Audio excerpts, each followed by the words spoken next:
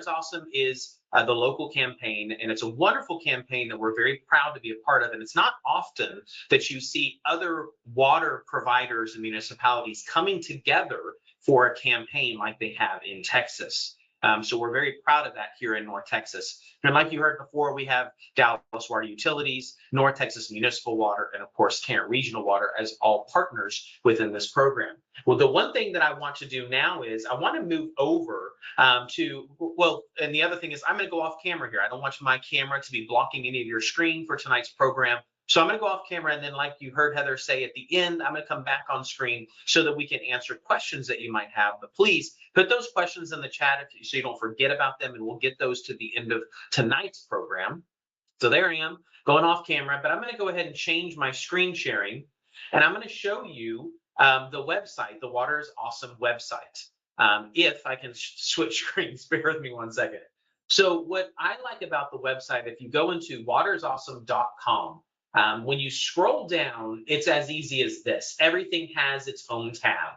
You heard Heather talk about the Texas Yard Weekend Edition. The Weekend Edition are smaller clips, which was from last year's Texas Yard Makeover. And when you click on each one of these tabs and you scroll down, this is where all the great videos are. And of course, you have things like sprinklers, and here you go, native plants. And this was a before and after series that we did, which was shown as a commercial on TV and of course on the website as well, to show you the right plants in the right place and design principles, which we're really excited to teach about. So you can watch all of these programs. As the designer for Rooted In, I am partial to plant selection and the design portion of the program. And I talk in this program, we do talk about the thirds within the Texas Yard Makeover. And then the other part that I like to talk about is the do-it-yourself brochures. There are brochures out there for everything that we talk about in all of our programs, from the native plants to landscape basics, maintaining your sprinkler system. These are all brochures that we put together with the Water is Awesome campaign to help you understand how to be water efficient in your landscape. But here's the thing we tell people is these are all one piece to a bigger puzzle. Like tonight, we're talking about native plants within the Texas landscape. That is one piece to a bigger puzzle. You know, why have an inefficient landscape or irrigation system if you're going to be planting the wrong plants? So we want to have efficient irrigation, the right plants, and it goes into things like turf maintenance. People don't realize that changing the mower height on your lawn actually holds moisture longer to your grass. So these are all a lot of the great steps that you can do. So all of these brochures are available on the Water is Awesome campaign. They even have the plant search database where you can go through here. And many of these plants that are on here, we're going to talk about today. And some of my favorites. So I'm doing the program, so I selfishly get to choose my favorites. But this is just 100 plants. That doesn't mean you're limited to just these plants, but these are some of our tried and true kind of bulletproof plants overall within our landscape. And you can keep scrolling through the Water is Awesome campaign website and just native adaptive plants, fundamentals. There's so many great things, even indoor tips. 7 worst gardening mistakes people make. So this goes back through the whole Water is Awesome campaign. And again, it doesn't matter which water municipality you're under. I personally am in Dallas Water Utilities, North Texas, Tarrant Regional. They're all welcome to this website. So let's click back over to my presentation. There we go. So let me just get on there. There we go. Maybe. Okay, so as you can see here, all the water providers. So now let's dive into tonight's program, which we call Texan Plants. And of course, tonight, all we're going to be talking about are native plants. Now, that doesn't mean we could cross over into the barrier of adaptive plants. And what's the difference between those? Well, native plants are obviously the indigenous plants to our region and to our state, whereas adaptive plants are referring to more of the plants that are not indigenous, but may have been here for a long time, can be just as hardy as our native plants. But native and adaptive does not necessarily include invasive plants. And I'm going to tiptoe around that later in the program because some people might be disappointed in some of the invasives that I talk about. But the benefits of the native plants far outweigh any other disadvantages they might have. And it's a matter of drought tolerance and heat tolerance, because it's not a matter of if, it's when we hit 100 degrees. It's not a matter of if, it's Yes. Patrick, let me just interrupt you real quick. I'm not seeing your full screen slides. I'm just seeing your like background view. My background. Yeah, or the view that shows all the slides instead of the full screen. There we go. Now I'm seeing it. Perfect. Thank you. Okay, thanks. I didn't even do anything. I'm not sure why that did that, Heather. I'm sorry. Well, as long as you can see the screen now, Yes, that's what's I see important. now benefits of native plants. Perfect. All right. So and it's also about less water, less fertilizer, and less pesticides. And what I like to say about that is these plants are super drought tolerant. What I mean by that is many of our native plants, like if we use perennial grasses as an example, we could say something like our native blue stem that could get 3 to 4 feet tall. Its roots can be as deep as the plant is tall. And that's where it gets that less water and drought tolerance by pulling from that soil moisture deep down in the ground. Our soil pretty much offers them the nutrition they need, and that's why we utilize less fertilizer. And then less pesticides, meaning that they don't have as many enemies, if you will, in the landscape. And if they do have pests, like we'll use our native milkweeds as an example, they support those pests, like the native milkweed with the monarch larva and with aphids. We get aphids on my milkweed here at my house, and we just let them go to town. The plant does not stop growing, the plant does not stop blooming, and it keeps the aphids off the rest of my plants by giving them that host plant. And the ladybugs do swarm it and have a field day on that milkweed. So let's go into lighting. So there's several steps to this that we need to look at when we're talking about all this, whether you want more of an evergreen look with native adaptive plants. If you're wanting only perennials, my backyard is pretty much 100% perennial. My front yard is about 75% evergreen, so that I can have the best of both worlds. And we know we get more blooms from those perennials. Whether you do want cactus and agave, or even some of the others that we can put in our landscape, maybe you don't have enough sunlight, and that's where we look into our shade tolerant plants. And so let's look at that lighting and let's define that lighting. So when we look at the parameters of how we measure this lighting, we're looking at the hours of 10 a.m. to 6 p.m. You might recognize these hours as the hours that you should not be watering. And the reason why those hours are significant, and that doesn't mean that right now in August, when we're 105 degrees outside, which I can safely say about this week, is that those hours don't stretch out from 8 to 8, because here we are pushing 6:15 and it's still very, very warm outside.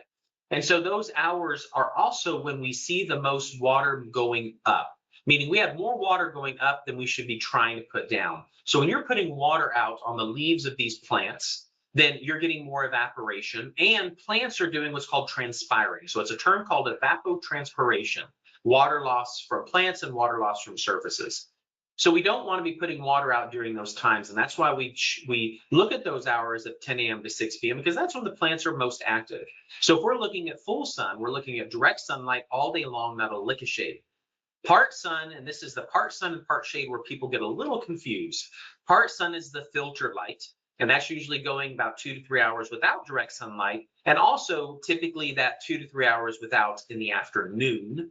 Part shade is the dappled light. This is about half a day sunlight with shade typically in the afternoon. And the reason it's significant for me to say in the afternoon is because that's when plants are getting the most intense and the hottest part of our day and the most intense sun. Full shade is no direct sunlight, but it could still be bright outside where you're getting a lot of reflective light, meaning, if you're like me, I have sunglasses on all the time with a bright light outside. So you could be in the full shade, but still need your sunglasses on. Where deep shade is the sunglasses come off because it's too dark, like the pines of East Texas or the redwoods of Northern California. And if I drew a line right between part shade and full shade, and I said we should not grow this plant below this line, can you guess at what plant I'm referring to? I'll give you a hint. This plant demands a lot from us, and that would be turfgrass. So the rule of thumb with turfgrass is if you don't receive at least 4 to 5 hours of sunlight, direct sunlight, and I will even say even filtered lights, then turfgrass should no longer be an option, meaning you've got to think outside that turf box. And this is a great opportunity to build up a little bit more of the real estate in your garden, that because you might want to plant some of the plants we're talking about tonight are on that search engine on the Water is Awesome website. So the other side to that is when we talk about the grass not growing, and it is the difference of it. It's getting shade in the morning or shade in the afternoon.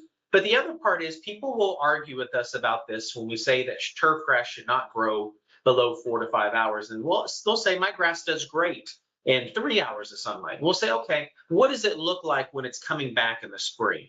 Well, it's pretty barren, but I keep it fertilized and watered and it grows back in and fills back in. Therein lies the problem. You are doing what we call a very resource heavy practice. You're trying to force a plant with heavy fertilization and heavy water to grow where it does not want to grow. And I guarantee you, if we took the leaf of that plant that you're fertilizing and watering and compare it to a healthy leaf in the sun, the coloring will be different side by side. And it's because it's not getting enough sunlight. And we don't want you to use all that water and all that fertilizer.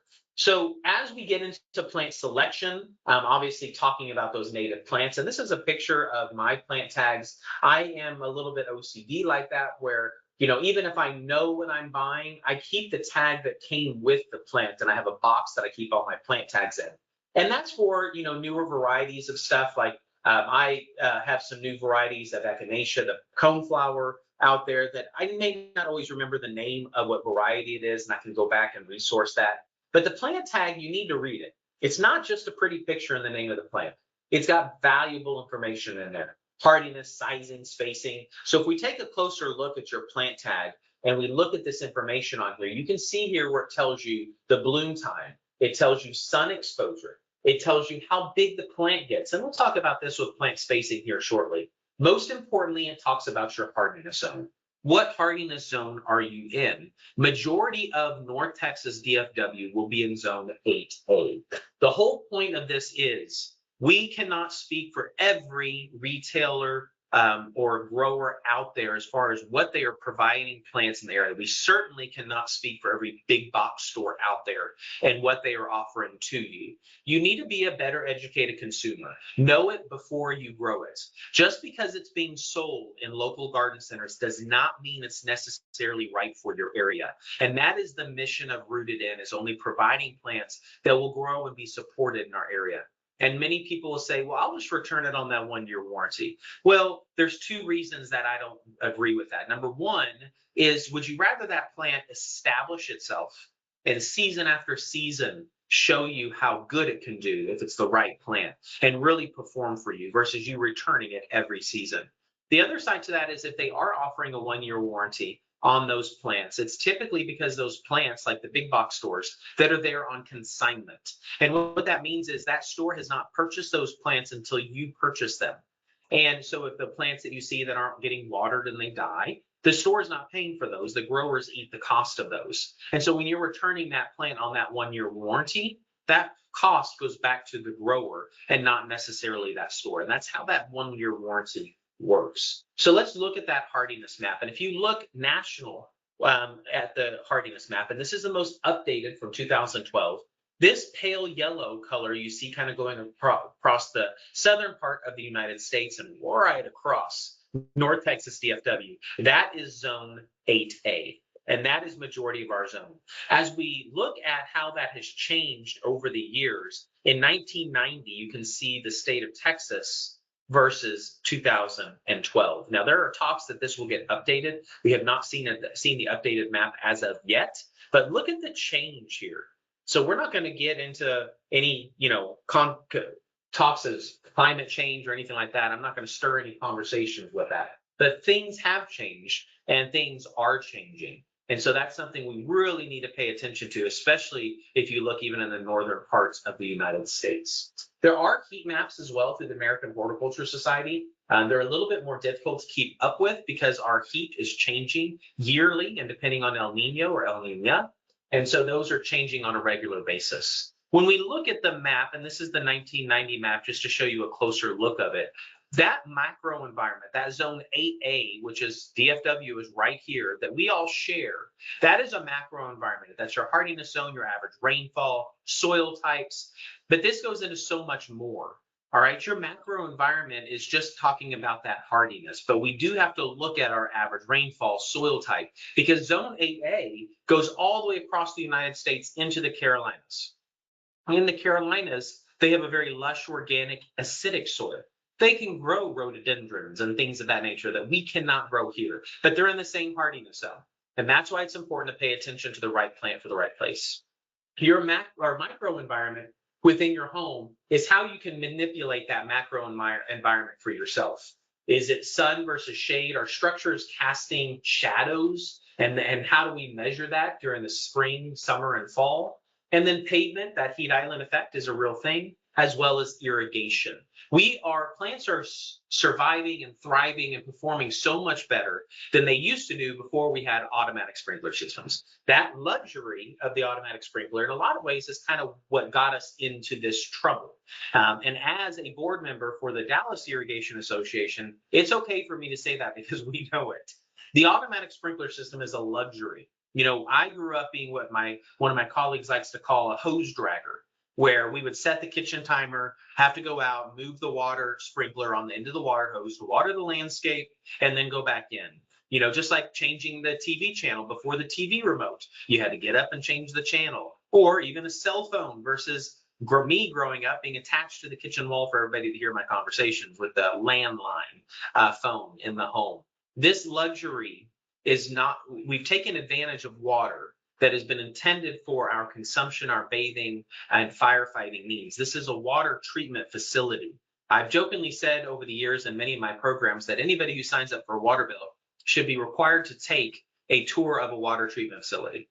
Because once you see the infrastructure, the knowledge, the manpower that goes into making us, giving us safe drinking water that other parts of the world don't have, you very rarely question the cost of our water. And I will tell you, we also have the luxury of inexpensive water here in North Texas. If you compare us to the rest of the country and the rest of the world, you will notice that we don't pay near as much as everyone else does. So off my soap or water box, if you will. So let's talk about plant spacing. As you choose these plants, you need to pay attention to the proper spacing. We don't put this information on a plant tag just for the thrill of it. This information is important.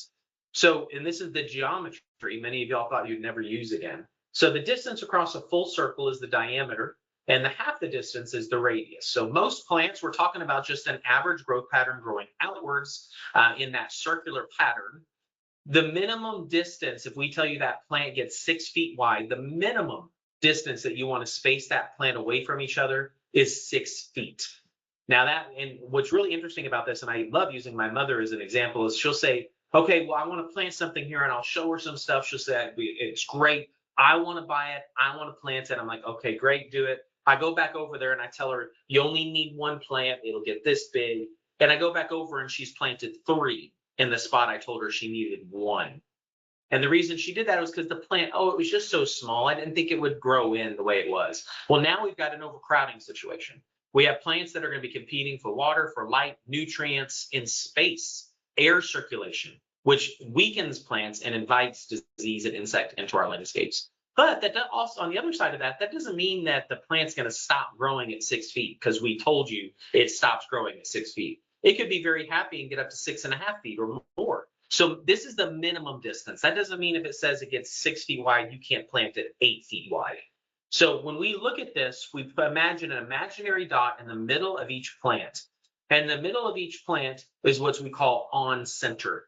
And we're measuring from the center of one plant to the center of the next. And that's how we determine that 6 foot distance. So if those plants are 6 feet wide, then we're spacing them 6 feet on center. Now, what if we have a plant spaced 6 feet and the other plant grows 5 feet? Well, then we're going to be spacing a minimum of 5.5 feet. So it's the average between those two.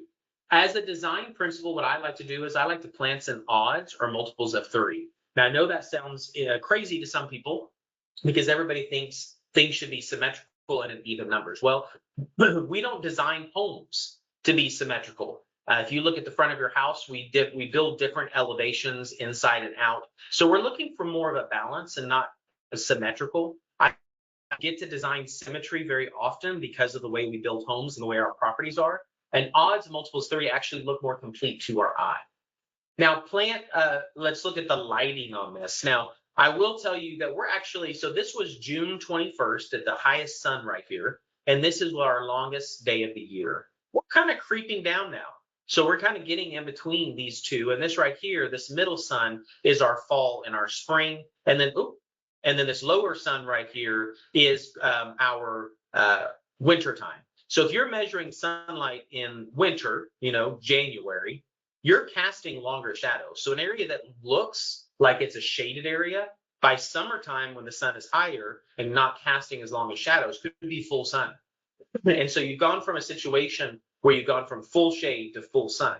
I have had to deal with this in my career several times with clients because I don't always get to see the property throughout the day and throughout the year and the sunlight. I kind of have to almost predict it. Okay, their house is going to cast shadows here. This tree is going to do this. But I always ask the client, what kind of lighting do you get on this area at this time of year?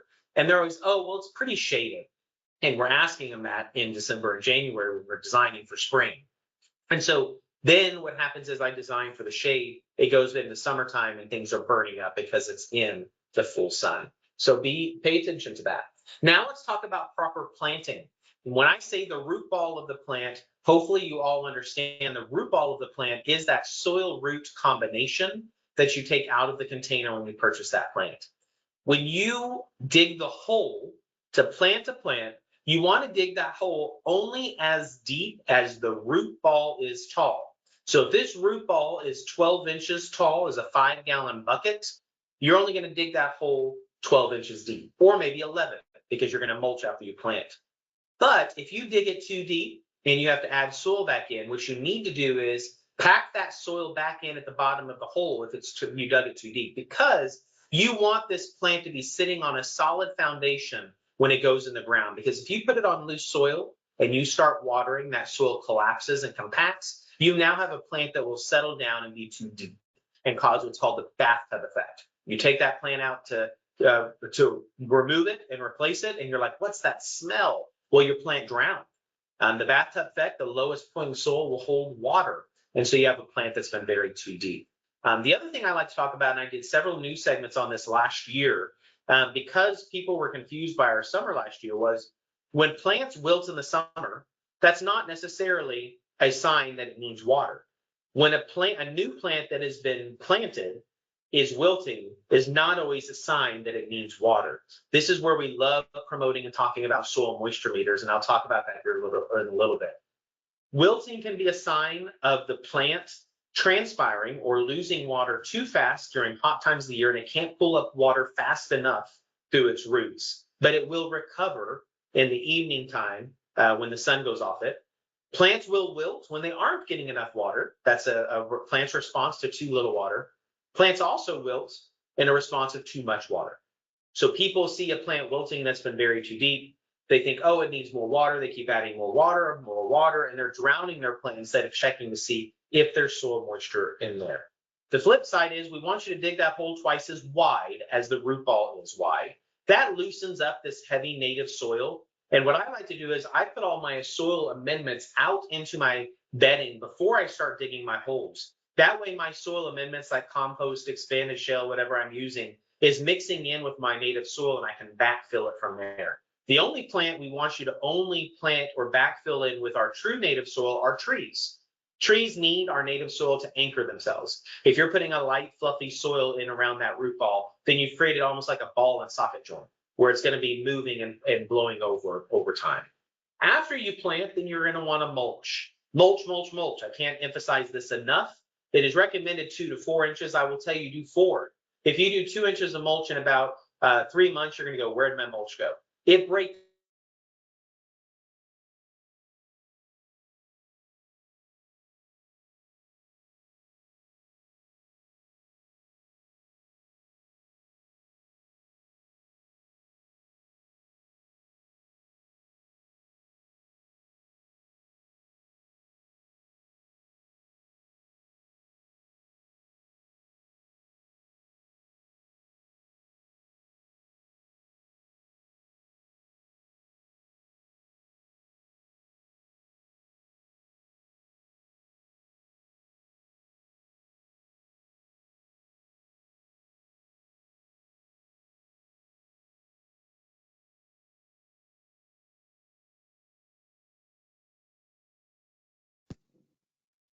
Patrick, are you still there? Audio just went out on my end. I'm not hearing you.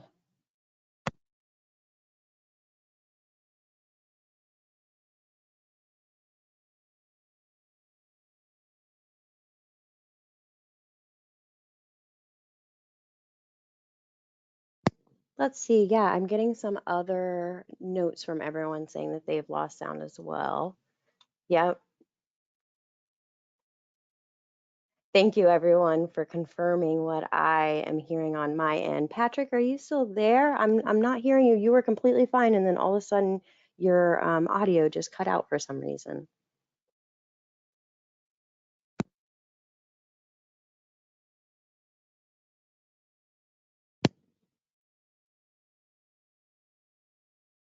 I'll give you just a little bit of time to see if maybe you can, I don't know, replug in your headphones or.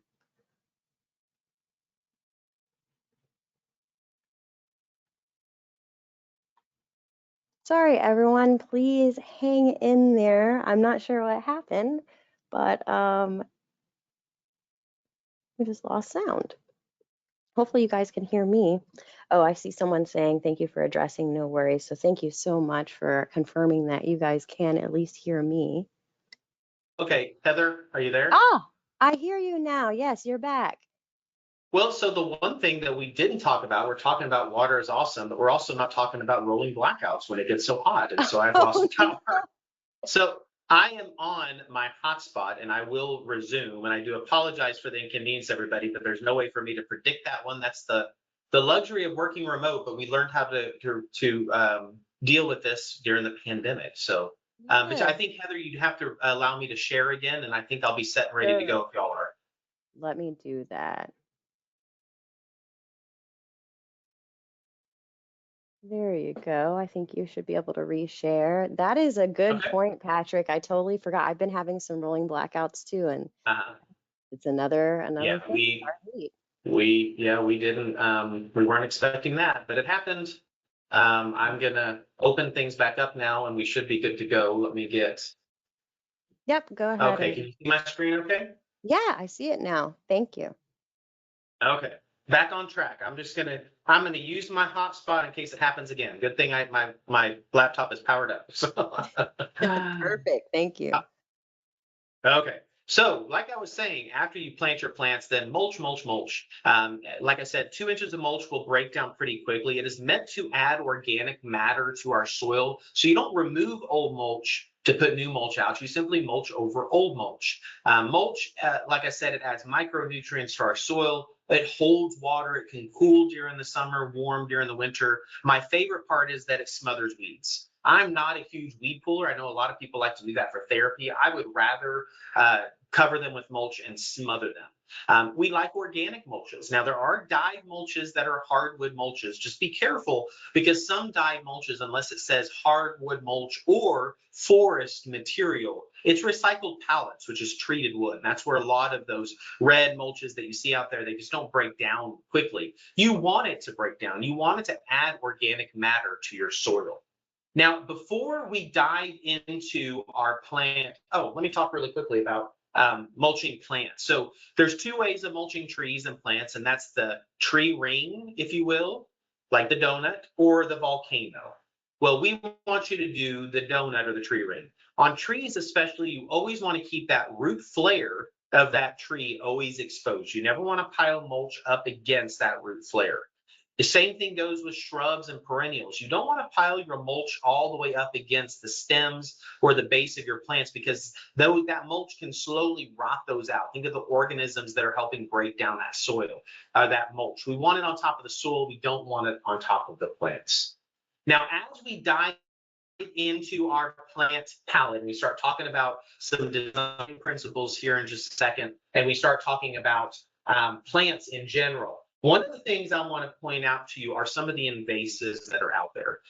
We did a new segment with this with CBS 11 Jeffrey's Gardening 101, and we were doing a project with the Bachman Greenbelts Restoration, which we're very proud of that project. And one of the things that it's 40 kind of lost acres over by Love Field in Dallas.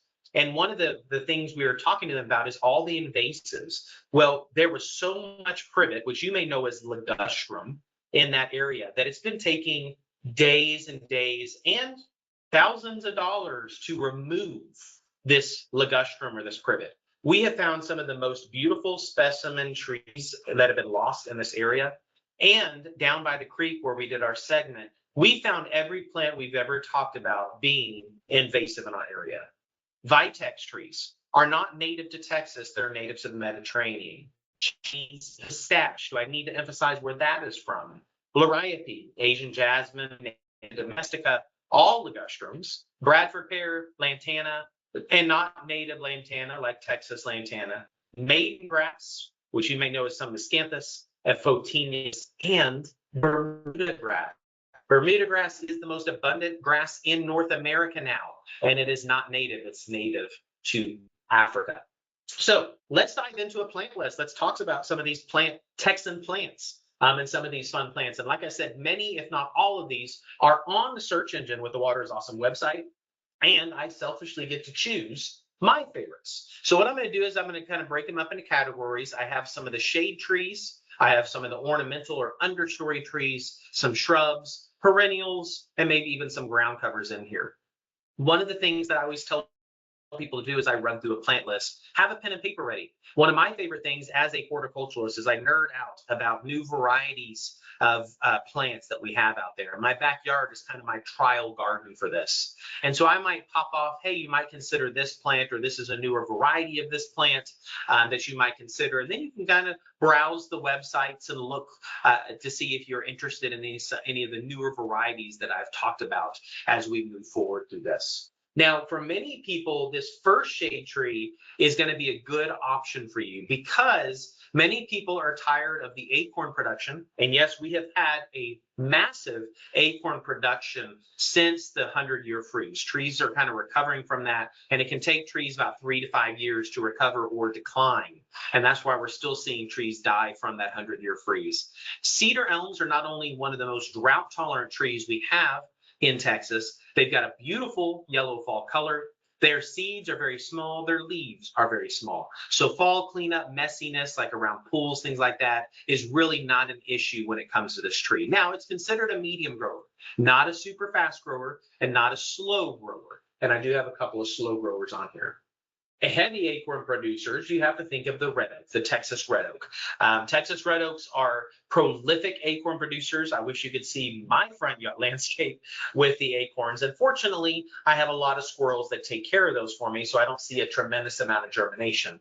But this past spring, I did see a lot of germination or a lot of seedlings popping up because of the squirrels burying them and my tree being so heavily productive last year with its acorns. Red oaks are known for their fall color. That's where they get their name. Again, another slow or medium grower.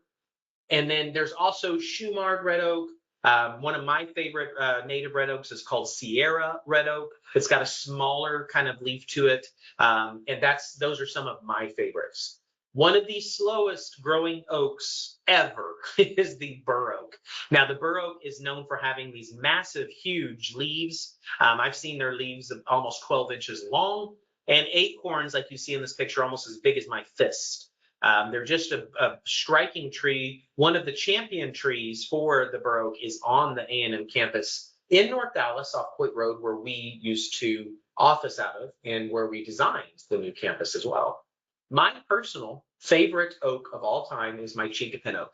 And I have one that I grew from a seedling in my backyard, and it's one of my favorite trees. It is a fast growing oak tree. The acorns are actually pretty small, so they're not a nuisance as you see in this picture. I don't really have a big heavy acorn production out of my chinkapin oak. The other thing is people look at the leaf, and the leaf to them doesn't even remind them of an oak. It looks a little bit more ashy looking and a very glossy and beautiful, beautiful red to orangish color, fall color. Now, if you're looking for some evergreen privacy screens, despite its name, Arizona cypress is native to North Texas especially. It grows similar to a cedar tree, has this beautiful dusty silver leaf to it. I use this as a privacy screen a lot in designs because it is just exceptionally drought tolerant. And there are newer improved varieties of them. One of them is called Blue Sapphire. That grows a little bit more narrow and doesn't get as wide, but it makes a wonderful, I actually like pairing this with some of our more vertical magnolias. So if you take the magnolias that have the deep green glossy leaf and the big leaf up against this finer silvery blue, it's a really beautiful contrast. And I love dramatic contrasts in design because I don't like things that look so boring. And if you're looking for a privacy screen, alternating different species of plants doesn't make it feel so much like a wall in your landscape. Now getting into some of our ornamental understory trees, as we like to call them. The American smoke tree, which is a green smoke tree. As you see in the picture, the blooms look like smoke kind of hovering over the plant, and that's where it gets its name from. Birds love smoke trees, so it makes great harborage. There's some great dwarf varieties. The purple smoke tree you see in this picture is called Winecraft, and it's actually a dwarf smoke tree. So it stays much more compact, and I have this one in my own garden in the backyard. There's a smaller dwarf golden smoke tree that's got a yellow to orangish type leaf to it, but a really great plant overall. One of the things that we have found with the smoke tree is it actually prefers afternoon shade. The smoke trees we have seen in the late afternoon this time of year have been burning up, whereas the ones that are getting the shade in the afternoon are performing much better. Now, getting into some of the others, if you're looking for an evergreen berrying tree, hollies make great berrying trees. Now, the Yopon holly is our native holly. It doesn't have a spiny leaf to it. It has a very small leaf. Many people recognize this tree because for so many years, we prune these guys to look like mushrooms on the corners of houses. I prefer them to grow natural and soft. Birds love this tree for harborage. They love the berries on them. And then the possum haw holly, so the evergreen is down here below, and then the possum haw holly is a deciduous holly. This one loses its leaves in the winter. It's a heavy berry producer for the birds in the spring. And the one thing is, if you want the berries in your yopons, then you need to make sure you're getting a female. So the great time to purchase and install these would be going into fall, where you can see the berries on the plant, because there is a male and there is a female. Now, desert willows. Now, many people, this has been called the desert snapdragon, desert willow, many different names. It's a slower grower. It's not a super, super fast grower in the landscape. Hummingbirds and bumblebees will swarm this guy. One of the things people don't like about it is if you look in here, you can kind of see the old seed pods kind of hanging off where the old blooms were. So they started breeding seedless varieties. So there's one called Desert Diva. There's the Seedless Bubba series that have dark purple or even light purple blooms. If you're lucky, you might find a white one from time to time. They're not as prolifically found. One of my favorite trees off the desert willow, if you look below, you'll notice that its botanical name is called Chalopsis. And I don't come up with these botanical names. So many of y'all might know what a catalpa tree is. Catalpa trees are these trees that put on these big heart-shaped leaves and these big old bean pods that kind of hang all the way down. Well, someone got the bright idea that they could breed a desert willow and a catalpa tree. Well, desert willow is Chalopsis and catalpa is catalpa. So now we have a catalpa tree. It has a more lush leaf to it. It's a much faster grower. And by faster grower, I mean could be 5 feet a year. But it is still a small ornamental tree and blooms prolifically. It's one of my favorites to use in a landscape because it is a fast grower. Another great category of understory trees are redbud trees. The Texas redbud is a green leaf that's got the beautiful fuchsia bloom to it in the springtime, but the heart-shaped leaves are what people really see. And now they've started breeding them to have all different colored foliage. The purple leaf that you see on the right is called forest pansy. There's another purple leaf one called merlot. There's even some variegated leaf one called alley cat. Rising sun, flamethrower. I mean, the list goes on with redbuds. And don't forget the weeping varieties. There's Ruby Falls that weeps, that's got the purple leaf, Vanilla Twist that's got a white bloom, and a green weeping leaf. So redbuds are great because I call these very versatile in the landscape. They can tolerate a lot of shade and sun as well. But they do, like if you look in our native environment, they are considered true understory trees. They're growing under the story of other trees. Now, our Mexican buckeye, which is a extremely drought-tolerant plant, it's got a kind of a sandpapery type leaf to it, but when it blooms, it's just striking. And a lot of people call the seed pods, if you notice at the bottom on this picture, they call them baby rattler seed pods. So you can actually rattle it and hear the seeds on the inside. Blooms this beautiful pink bloom, it's got that really pretty pinnate leaf to it. And then you even have the red buckeye that does produce the red bloom. One of the things we have discovered about this tree is that Just like in the wintertime when plants go dormant to protect themselves from the cold, buckeyes can go dormant in the summertime. And that's how they survive and do well in drought tolerance. Wax myrtles do really, really well also. They are very, very, very drought tolerant. We did lose a lot of wax myrtles in the 100-year freeze, but that doesn't mean we don't want to go back and plant them again because they're wonderful plants. They have a really interesting aroma to them. The leaf can actually be used like you would use bay laurels in cooking at home. And they do produce a small black berry that birds will use as a food source, especially during the wintertime. And it can be pruned up like you see here as a small ornamental tree. Now, one of the favorite and most recognizable in the spring native ornamental trees is the Texas mountain laurel. It has that beautiful purple bloom that some people does resemble a wisteria bloom, smells like grape soda, grape pixie sticks. We have found this tree to be very versatile in the landscape, can handle full sun, but also voluntarily grows in the shade of other trees. So another true understory tree. There is a silver leafed variety called Silver Sierra or Silver Peso as well. Now we're going to go into some of our shrubs, and I'm going to talk about some of the evergreen shrubs that we have in our landscape. Our native ground palmetto, which is Sable minor, does not have any teeth or spines on it, so it's not going to stab you or cut you like other palm trees. It doesn't grow up like a palm tree with a trunk. It is a shrub. So it gets to about 5.5 by 5.5 feet. It is another one of those great versatile plants that I use in the landscape from full sun to full shade. It does spectacular in both situations, and I can vouch for that in my own landscape. Yucca. Now, the term yucca, when I say yucca, people always think of spiny plants, plants that have spines at the end of them. Yucca actually refers to the leaf. So the yucca type leaf, where it's kind of that drapey type leaf. Whereas red yuccas are actually hesperalloes, is what their term is. These are prolific spring bloomers and sporadically through the summertime, but the hummingbirds will swarm this plant.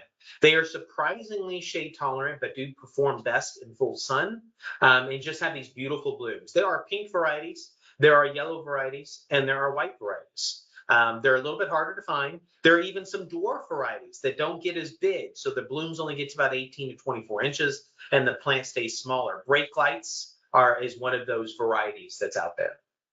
Texas sage or leucophyllum is our native shrub. You can see in this there's two different varieties in this picture. One that's a darker leaf called green cloud in the back, and the one in the front is actually called Lynn's Legacy in the front that's got a lighter purple. This is got a silvery gray leaf to it, and there's green cloud that's a little bit lighter on the silver. The beautiful blooms to them. Now, whether they bloom or not when it's going to rain, yes, in certain areas it can. I think in more desert areas, based on barometric pressure, I think our storms move through here so quickly that it doesn't have a chance to respond in our area.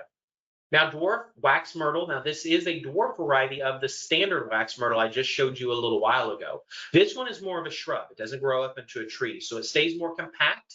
The leaf is still very aromatic and it still puts on the berries. So if you're looking for a smaller shrub, but by smaller, I mean it can still get 6 to 7 feet without pruning, but it does handle pruning very well.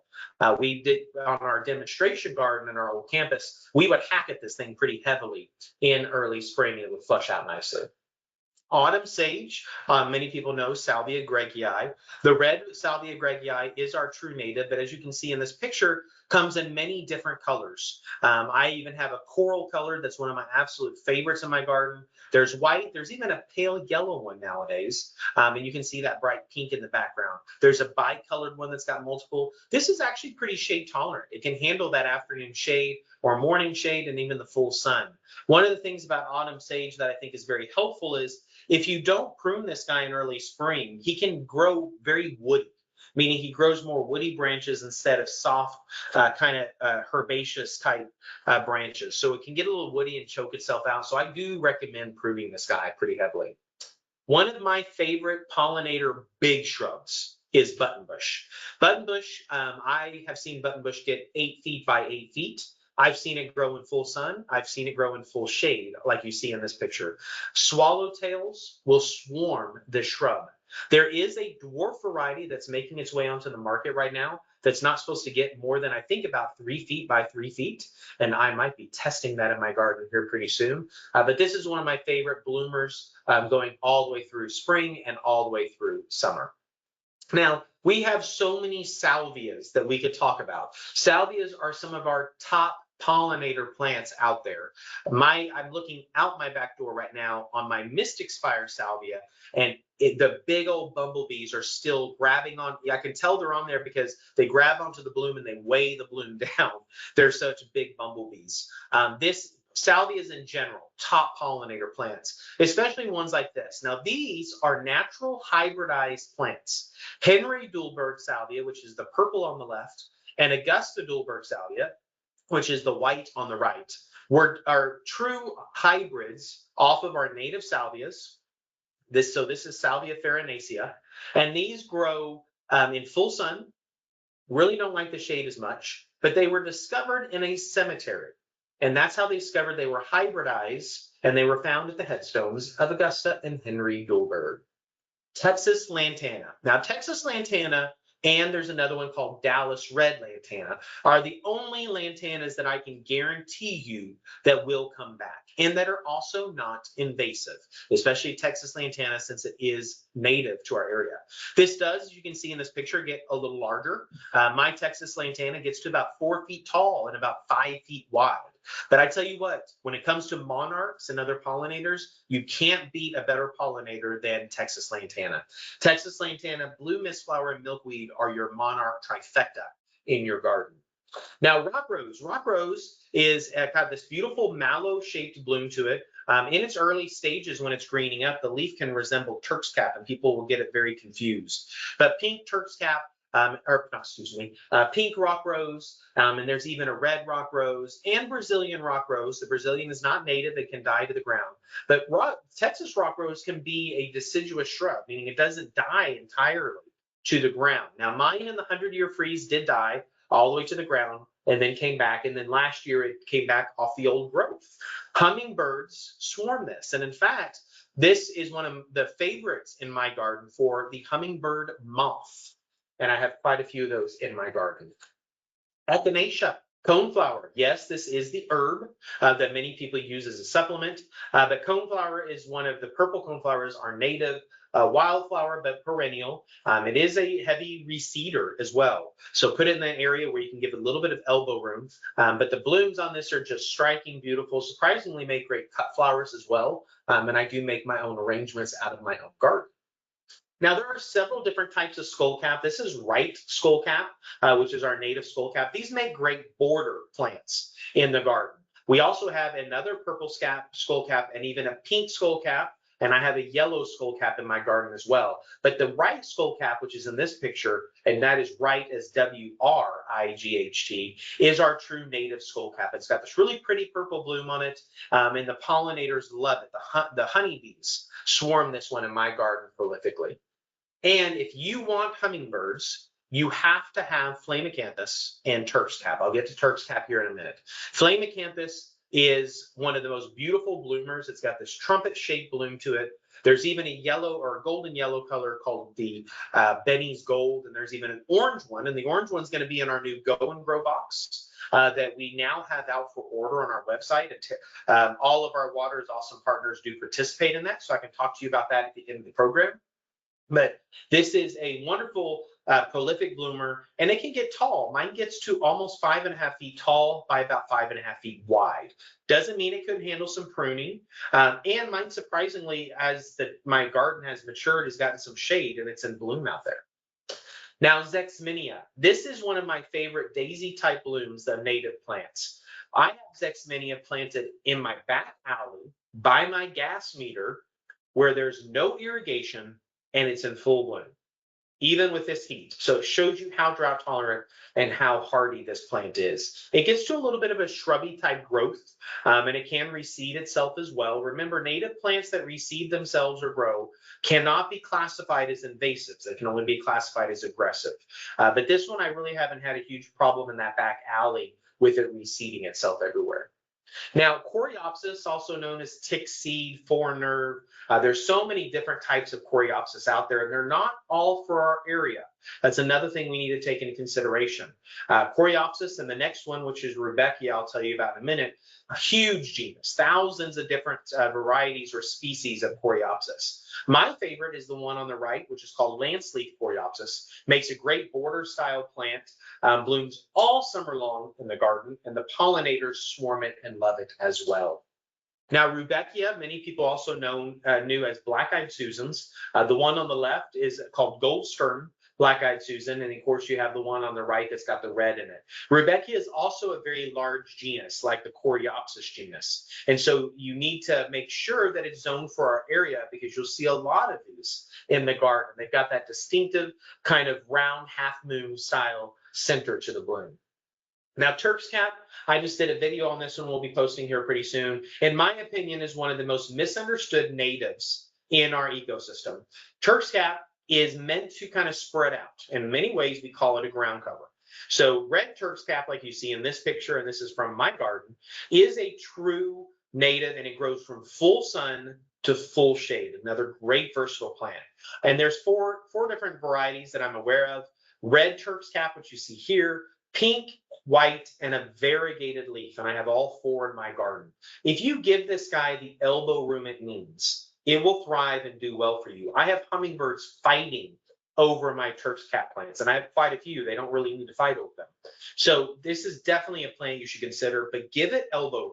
And by elbow room, my red Turk's cap's about 6 feet wide, but it's just so easy. I don't water it. I don't do anything to it.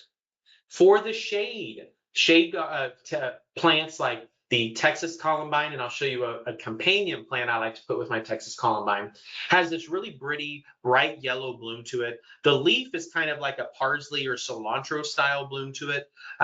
So it looks delicate, but it's actually very tough. It can handle sun, but it actually does really well in bright light in our shade. I like to pair it with cedar sage, which is a salvia, and it's a salvia that grows and prefers the shade over the full sun. And I've seen the hummingbird moth, the hummingbirds all swarm both of these.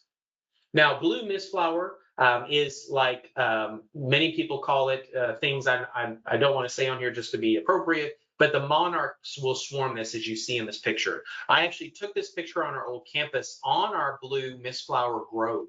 And look at all those those monarchs in here. And that was just during their migration period. So if you have Texas lantana, blue mistflower, and milkweeds, then you're definitely going to have monarchs. And we need to help those populations of the monarchs. White mistflower is not the same as blue mistflower. It's more of a shrub. It also doesn't spread by runners like blue mistflower does. And I have found mine prefers at least the afternoon shade over full sun.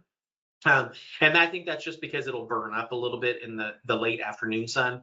This one still caters to the Lepidoptera series, Lepidoptera being like your monarch or your butterflies and your moths. But I have found that the moths do prefer this over the blue mistflower, and vice versa. Now, getting into our perennial grasses, Indian grass, this picture was taken on our campus at the demonstration garden, and it's 6 feet tall. Those blooms are beautiful, and this is going into the fall. And this is what I love about perennial grasses is look at that fall color. Isn't that spectacular? And this is one of the things people really like about perennial grasses are the fall color, and not just the summer color. The blooms are beautiful in the summer as well. But this is a stand tall, tried and true perennial grass that makes a great backdrop to a full sun garden. Now, little blue stem, as you can see here, can still get over 3 feet tall. There are some dwarf varieties of it now called like the blues is one of them that stay smaller, like 18 to 24 inches. They have a bluish colored stem to them, and in the fall, they kind of turn this copper color like you're seeing in this picture. Switchgrass is another one. In fact, this one was taken in a rain garden. So we do use switchgrass in rain gardens because it does really well. Has that really pretty kind of blood red tip to it. And it's got this kind of what I like to call fiber optic bloom to it. It's a really, really striking grass. Getting into some of our lower growing grasses are sedges. Now, Texas sedge, and we have many different types of native sedges, Texas sedge being one of my favorites, is what my entire front landscape is. I have no turf grass in my front yard. My front yard is all sedge like you see here. I don't have to mow it. I barely water it, and I don't have to cut it back in the spring. I let the leaves fall down into it. I don't, so that all the pollinators can overwinter there during the winter and come back in the spring. And it's beautiful. My dog Sammy loves running through it and kind of hiding in it. When it blooms, I love the blooms on it. I have quite a few videos out there showing you and pictures as well.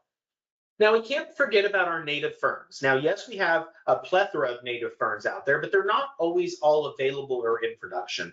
The southern shield fern is one that we do love carrying, not only in our go and grow boxes, but also in our nursery. It's kind of got that prehistoric type look to it and does prefer the shade. The southern shield fern also has a little bit more of a waxier type leaf to it, and mine did not go dormant this last winter. It stayed green above the soil. And my absolute favorite native fern is called the wavy cloak fern.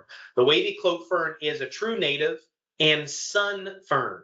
I tried to grow this in the shade, and it did not like where I put it. As soon as I planted it in the sun, it blossomed. It's doing great. It's beautiful. And then I like to frequent down in Big Bend and hike, and I'll see it growing in the crevices of rocks in the full sun, and it's a fern, the craziest thing in the world. So this is one of my ferns as well. So that's just a short list compared to the top 100 you can find on the Water is Awesome website. And I would not be doing my job if I didn't finish out the program tonight talking about irrigation. It's estimated that 30 to 70% of our municipal water, again, water treated, filtered, and processed for our consumption, ends up outdoors, and that should not be the way it is. We need to remember what irrigation is designed to do. Irrigation is designed to supplement the lack of rainfall. We have taken, and irrigation, another thing, is a general term. Irrigation refers to you at the end of a water hose, you attaching a sprinkler at the end of the water hose, or an automatic sprinkler. Those are all forms of irrigation. That is all there to supplement when we don't get rainfall. Are people using their irrigation now because we're not getting rain? Yes. Are they using it in the dead of winter when we have a lot of soil moisture, but we've had rain? Yes. And that's the problem. We should not be doing that, especially during the wintertime. Overwatering is actually the #1 problem in the ornamental residential landscape. #2 is overfertilization. Improper design and installation. If you have zones in your irrigation that are watering both turf and bedding, those need to be separated. Improper scheduling practices. Early morning is the best time to irrigate because you don't want water sitting on the leaves of your plants all night long, inviting in fungal disease problems and insects. And then no routine maintenance. How often should you be checking your irrigation system?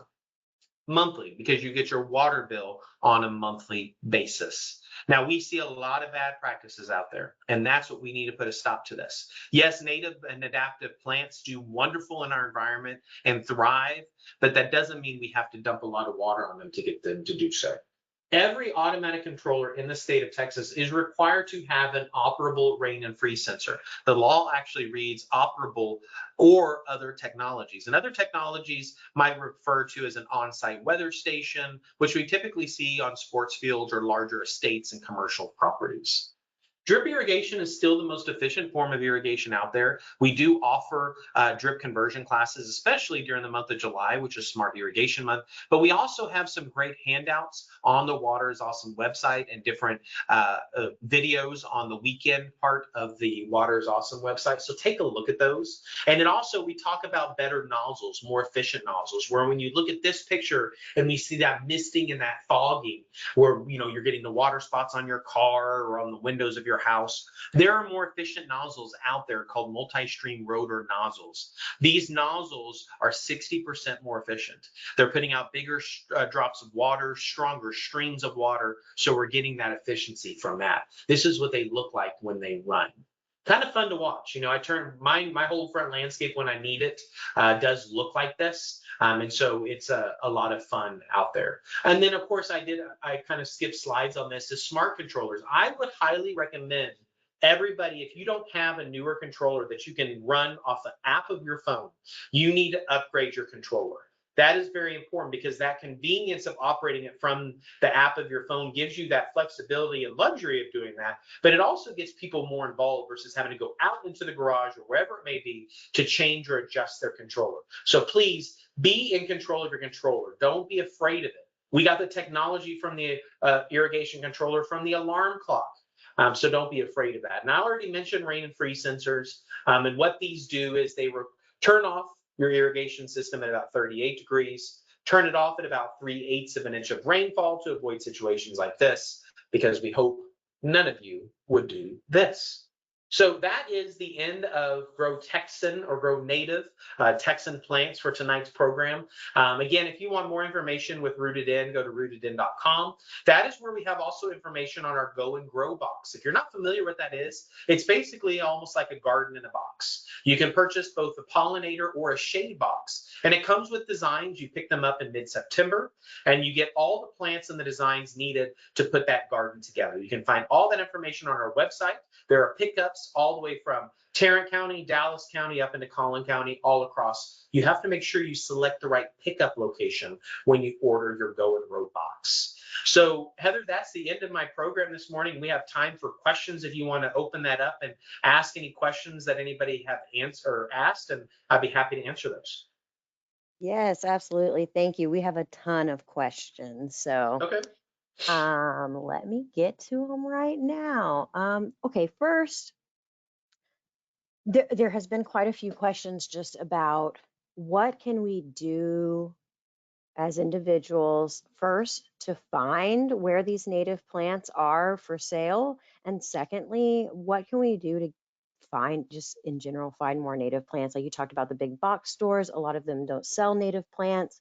And so a few people are asking, what can we do to advocate for native plants being sold in those areas? And also, what can we do to find those nurseries that do specialize in native plants so that we can get what we want?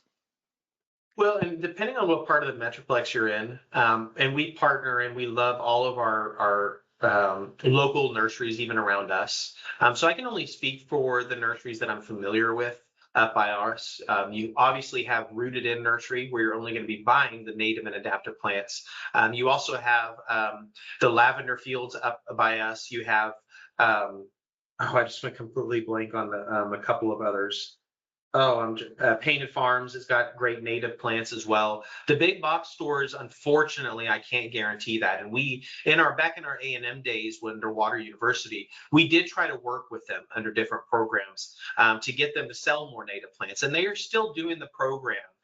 They have Texan plants labeled in their big box stores, but I can't guarantee they're always selling the right thing. The best advice I can tell you is go through Rooted In's website, Water's awesome website. Try to find some plants for yourself that you like and know what you're going in to purchase. I don't think plants are always meant to be kind of like window shopping, because again, like I said before, you don't always know if you're being purchased the right plant or you're being sold the right plants. So knowing what you're going in to buy, I think, is very important during this process versus going in to buy a new shirt or new pair of shoes and you don't always know what you're going to buy. But I can't speak for other nurseries. There's great nurseries on the west part of the Metroplex, all the way going into the east part. We've done partnership with on the east part of the Metroplex. If you're Dallas Water Utilities, places like that, come on up to Rooted In. You can also go over to Covington's, the west part of the Metroplex. There's quite a few nurseries over there. Painted Farms up north. In the Denton area. So there's quite a few vendors. I guess what I'm trying to say is not the big box stores. So a way of going around saying that. Yep, pretty much. And I will mention also at savetarrantwater.com, we do have a list of some of the native plant nurseries that are in Tarrant County and surrounding Tarrant County. So if you're, looking more on the west side of the Metroplex, and then also check your local Native Plant Society website, because they also often have a good list of native nurseries, or nurseries that at least will carry native plants. So there are definitely some Yeah, great. you can also, if you look at that Native Plant Society, a lot of times has plant sales. The Discovery Yep, Gardens in Dallas has plant sales, as well as the Botanic Gardens in Fort Worth. Now, the Botanic Gardens will tell you if it's a native plant sale versus if it's not. So you need to be keeping an eye out for that. absolutely. Yeah, those plant sales are a great opportunity, and those are typically in the spring and in the fall. All right. Okay, someone is asking about the hardiness zones. So since the hardiness zones do span like across the United States, um, can you still use plants like from the same zone, but not necessarily from this area? Or is like full sun in this zone in Texas different than, let's say, full sun in the same zone, maybe in a different state? Yes, it can be very different, just like soil type can be very different. I was using the example of like the Carolinas, very organic, rich, acid soil. Well, they don't grow yuccas there. They don't grow desert willows there because they're growing more a different type of plant palette. They're growing pine trees. Whenever you see pine trees, you normally can say, okay, that's more acidic soil, where we have the oaks in this area. So even though it's zoned for that area, doesn't mean it will grow in that area. And that's why we're having tonight's program. It's important to know and understand the plants of your region and plant accordingly. I use the examples a lot of times, and I can actually show you all the picture that I always show people. Let me pull that up really quick. Where I show, because I've done designs all over the United States. And when I do talk about design, one of the things that I always go into with design is planting for the right area. So this is a house and a design that I did in Santa Fe, New Mexico. You can see in this, those are dwarf pine trees, gravel base, very, very minimal turf because they don't grow turf there. It's more of a rocky, sandy soil. But their zone goes all the way through Colorado, places like that, where they can grow turf grass. So average rainfall, where Santa Fe doesn't get a lot of rainfall, it's high desert. So that's why native plants to your area and why we teach this program. Because many people move here from other areas, and we have to make sure that they're understanding they're not going to bring their Santa Fe, their Phoenix, Arizona, their Southern California landscape with them. The plant palette's going to be very different. Absolutely. All right, next question. The native trees that you spoke about, how well do they handle the freezes, especially some of these really extreme freezes that we've gotten recently? Yes, that's a great point. You know, live oaks took a huge hit in the 100-year freeze of 2021. And really what it was, what people don't realize is the 100-year freeze was not, it was more damaging to property than it was to anything else because we were insulated by the snow. So perennial plants were protected by the blanket of snow. Any evergreens above ground that were exposed were more harmed in that freeze because we had those consecutive temperatures in the negatives. So live oaks, red oaks took a massive hit. That's why I was talking about wax myrtles and how wax myrtles took a huge hit as well as evergreens because of that 100-year freeze. So they're still great recommended plants for our environment. We don't want to quit planting them, especially because they are native. So we hope that was a 100-year freeze. And then last year, when we got down to 10 degrees, it was actually in some cases more damaging than the 100-year freeze because it was dry. We didn't have snow. We didn't have rainfall. And if you didn't get some moisture in the ground beforehand, your plants, including your perennials, were harmed by that because we got down to 10 degrees. So it really goes into maintaining soil moisture, the right plants, and let's not act or plant like we're going to have another 100-year freeze, because otherwise the plants have done well for decades, if not more than a century. You know, our last 100-year freeze, this might be a record 100-year freeze for us, period. And we only date back, I think we're now at 125 years is what we take the average off of. Wonderful. Okay, next question. Let's see. Someone is asking if the dwarf wax myrtle you talked about, is that evergreen? Yes, the dwarf wax myrtle is evergreen. We are replanting them. That was the one I was saying, the wax myrtle and dwarf wax myrtle got hit hard in that 100-year freeze, but many people's came back.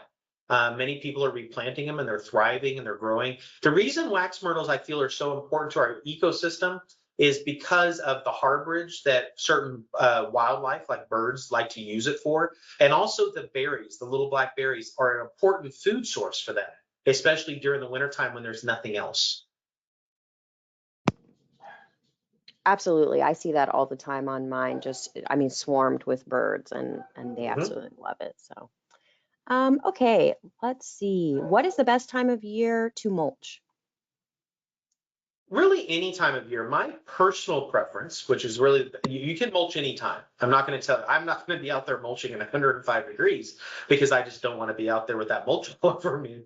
But I like to do it in early spring. The reason I like to do that is I like to pair it with when I prune my perennials back, because I can really get into my beds better. Once I prune everything back, I can get in there and kind of get the plant or the mulch maneuvered better around the plants. So I use March 1. March 1 is my prune back date. I don't go earlier than that because we could have a last minute hard freeze. I don't like to wait any longer than that because things could start greening up. So March 1 is my prune back date, and also when I like to put my mulch down. Definitely, I agree. And also that gives you that nice thick mulch layer through the entire summertime when hopefully you've captured some moisture underneath there during the summer or during the spring. Do you have any recommendations for any native fruit trees? Oh, yeah, my colleague Daniel he is the edible expert. Jujube, I mean, we've just got a plethora of native fruit trees that people are just simply not aware of. And so it goes into, it's a lot bigger than you would think. Many people don't realize what we can eat. On our website, there's information on edibles and fruit trees. And I would definitely also, if you go to our website, you can get on Daniel's email and you can email him and he can answer any questions about fruit trees for you. But he's definitely the expert when it comes to that.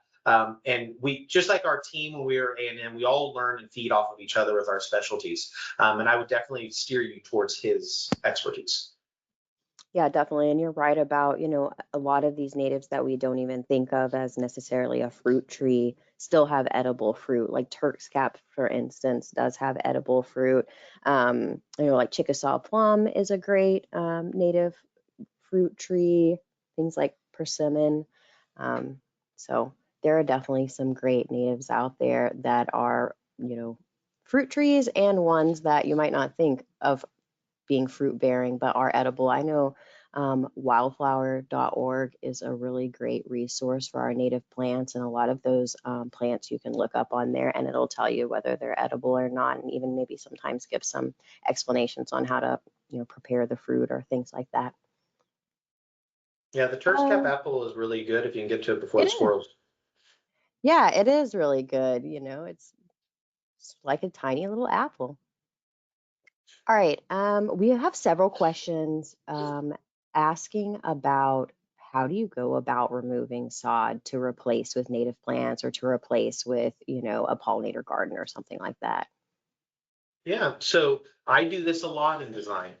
Just like I like to teach people is I design off of the rule of thirds. And what I mean by that is a lot of times I get called out by people who want more plants and less grass. And so I take a step back and I look to see how I can reduce grass. And if I can reduce it to only 1/3 of the landscape, it allows me to bulk up the real estate to plant a lot of these native plants that people want in their landscape. And so what we can do is if it's zoysia, buffalo, or even St. Augustine, we can do something called sheet mulching, where we can go in and we can put cardboard down and we cover it at 110%, take all the staples and tape off. Don't worry about the ink or the glue. We can cover it and we can even put like compost and mulch down, keep it wet. It smothers out the grass. It gets all the organisms working through your soil. This is how I did my front landscape. But a good crew, if you're looking for more of an instantaneous turnover, those grasses can also just be scraped off the ground. And then they can work in new compost and create a bedding area. Or if you have a small area, you can scrape up the grass as well. There's two plants, and this is why at Rooted In we jokingly call ourselves 95% organic, because there's two plants that there's not a perfect organic solution for. And those two plants are nutsedge and Bermuda. Like you heard me say earlier on, Bermuda is on the invasive list, but it's also the most abundant turf grass in North America. It is very drought tolerant. It handles foot traffic really well. That's why we use it on sports fields. But sheet mulching doesn't work. It can just lay there for months and months, and you go in there, and all of a sudden it starts waking up like a sleeping giant. So when it comes to Bermuda, that's where we recommend an eradication. There are different types of organic solutions you can do that take longer, but you have to be careful of because you don't want to build up like salt in your soil. I use mixtures that have the white vinegar, hydrogen peroxide, and a little bit of salt in it. I use it as my weed control, like in my gravel areas and in my flagstone areas. The problem is I don't want to do it too much or the salt builds up in my soil.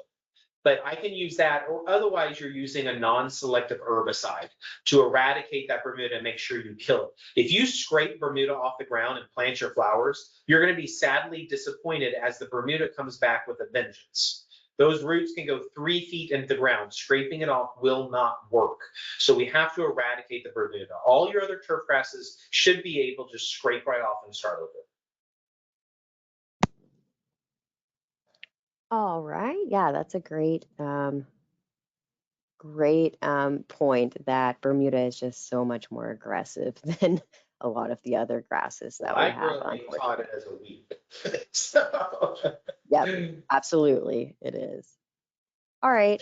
There are several questions just about not only the drought hardiness, but also the cold hardiness. So I just want to reiterate that everything that you talked about today is not only hardy to our summers, but also hardy to our winters as well, correct? Yeah, that's what the hardy map really refers to most, is more cold hardy than anything. And the heat, that American Horticulture Society does have that heat map with the drought and the heat, but that's almost like a moving target when we're trying to monitor that or tell people about that. It's kind of like if you look at last summer compared to this summer, despite the temperatures this week, we can safely say this summer has been much more mild and tolerable than last summer. Last summer was very damaging because of the intensity of the sun and the temperatures, even through the nighttime, they caused so much. So your hardiness map does refer more to that cold hardiness. All right, and I think we are nearing the end. We're running out of time, but I do just want to ask a few of the more common questions. I think I've just got one left that has really been asked multiple times, and that is when people are concerned about the roots of the plants affecting their foundation. Can you speak a little bit about those concerns? Yeah, and that's the most common thing we see, sadly, with newer communities also is what we call builder grade landscapes. Builder grade landscapes are the builders deciding the plants and putting them in and not spacing them or putting them in properly. To give you an example, we're going to go back to that plant spacing I talked about, where I talked about the center point of the plant and how the plant spacing should be. So let's say the tree says that it's going to get 40 feet wide. The minimum distance you're going to plant that away from your foundation is 20 feet, half the distance of that. Ideally, maybe even further, like oaks can get 50 to 60 feet wide. So you want to put those even further away. Now, the other part to that are big roots it's not just about the roots lifting and damaging your foundation. It's also about roots pulling moisture away from your foundation. So, trying to steer away, like you don't want to put a willow tree next to your foundation or close to your foundation because it's going to pull water away and find water pipes. They can be damaging. Magnolias, you want to keep those further away, but we bred magnolias to not have those invasive roots like little gems and outs of magnolias. So just pay attention to that plant spacing because the structural roots that are closer to that tree are what's going to cause the most damage to your foundation. One of the things that a lot of insurance companies have caught on to, especially in our area, and we've now been classified as in DFW as the most violent weather system in the United States. A lot of homeowners insurance companies are not giving people their homeowners insurance until they prune branches off or away from their roof or remove trees that are too close to their house. And sadly, we're seeing some spectacular trees that are just been planted in the wrong place, having to be removed by these older homes simply so they can get homeowners insurance. So yes, they can cause damage, they can cause problems. Pay attention to that spacing, look at it and plant it accordingly. Absolutely. All right. I think those are all of our questions for right now. There were a few common questions just that I want to address. A lot of people asked about a recording. So this is being recorded, and we will send out the recording to everyone on the email address that you listed whenever you registered for the class. So look for that within the next 1 to 2 weeks. We'll pull this recording and send it out to everyone and get it published. In addition to that, we've got a few questions about just the Go and Grow gardens and the rebate that we're offering for Tarrant County residents and a few other things. And so I just want to say for all of those questions, we will be sending out an email later to address that and with more information about that. And there are a few of you that had slightly more complicated questions that we weren't able to get to today.